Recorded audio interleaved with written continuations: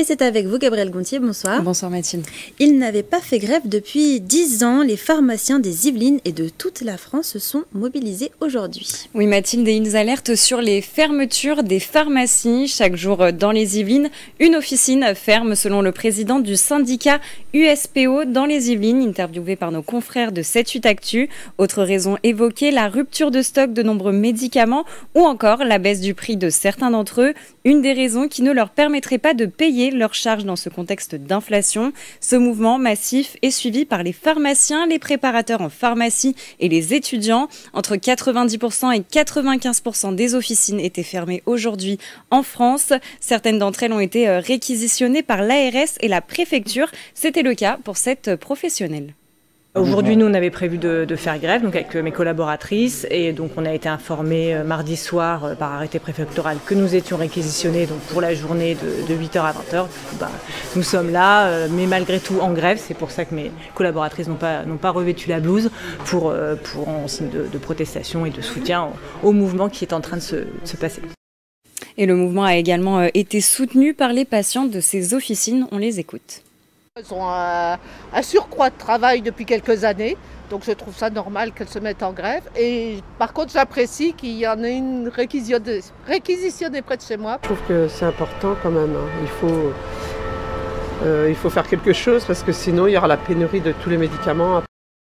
Un peu de politique à présent, Gabrielle, c'est la dernière ligne droite pour les élections européennes. Oui, c'est dans moins de 2 semaines et les meetings s'intensifient. À Sartrouville, Mounir Satouri, député européen pour Europe Écologie Les Verts et conseiller municipal des Mureaux, a été accueilli pour un meeting mardi 28 mai. Il appartient à la liste menée par Marie Toussaint. On l'écoute au micro de Patrick Jacques de Dixmude. Je suis un peu chez moi ici. Moi, je suis député européen yvelinois, francilien. Et c'est avec grand plaisir que je retrouve les copines et les copains ce soir. Notre boulot dans cette campagne, c'est de rappeler l'enjeu, rappeler à quoi sert cette élection. C'est d'élire des députés pour aller défendre au Parlement européen, à Strasbourg et à Bruxelles, la transition écolo, la mobilisation de la justice sociale. Et donc, c'est le dimanche 9 juin que l'on pourra voter pour un candidat, Gabrielle. Oui, et pour rappel, vous pouvez consulter notre site dans la rubrique politique pour vous éclairer sur votre choix.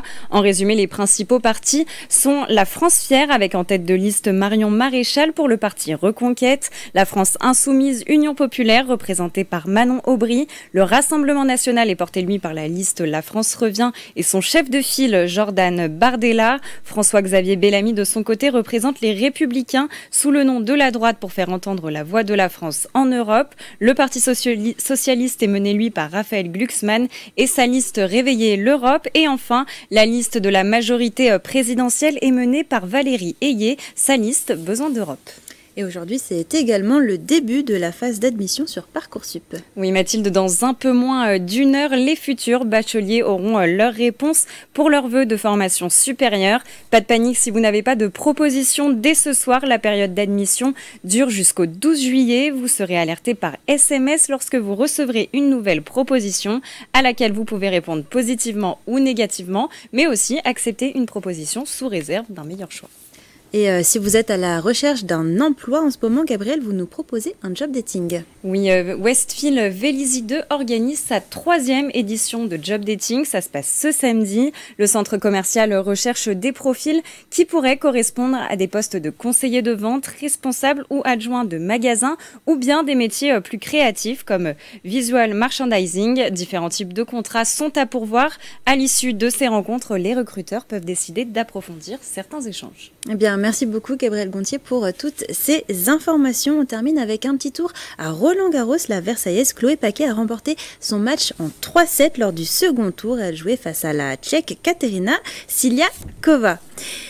Et dans l'actualité également, aujourd'hui, les Bleus qui sont arrivés au château de Clairefontaine. Les hommes de Didier Deschamps se préparent pour l'Euro 2024. Pour rappel, la compétition aura lieu du 14 juin au 14 juillet en Allemagne. La première séance d'entraînement est ouverte au public. Mickaël Elmidoro et Grégory Canalé se sont rendus sur place. Premier entraînement collectif de l'équipe de France ici à Clairefontaine en Yvelines, dans le centre technique national de Clairefontaine. Ils vont jouer pendant 1 heure, s'entraîner pendant 1 heure devant 450 supporters invités ici dans ce centre technique national de Clairefontaine. On pourra avoir sûrement quelques encouragements de la part des 450 supporters qui sont invités par la Fédération française de football. L'équipe de France qui jouera en match de préparation mercredi prochain, ce sera contre le Luxembourg et jouera ensuite contre le Canada. Pour l'Euro, la poule est composée de l'Autriche, mais également des Pays-Bas et de la Pologne. On espère qu'un Yvelinois, en tout cas un joueur passé ici par Clairefontaine, brillera. C'est Kylian Mbappé. Il est resté quelques années ici à Clairefontaine et a foulé ses pelouses. Ce sera sûrement l'une des stars de l'Euro. Et donc les joueurs de l'équipe de France s'entraîneront jusqu'à 18h30 à Clairefontaine.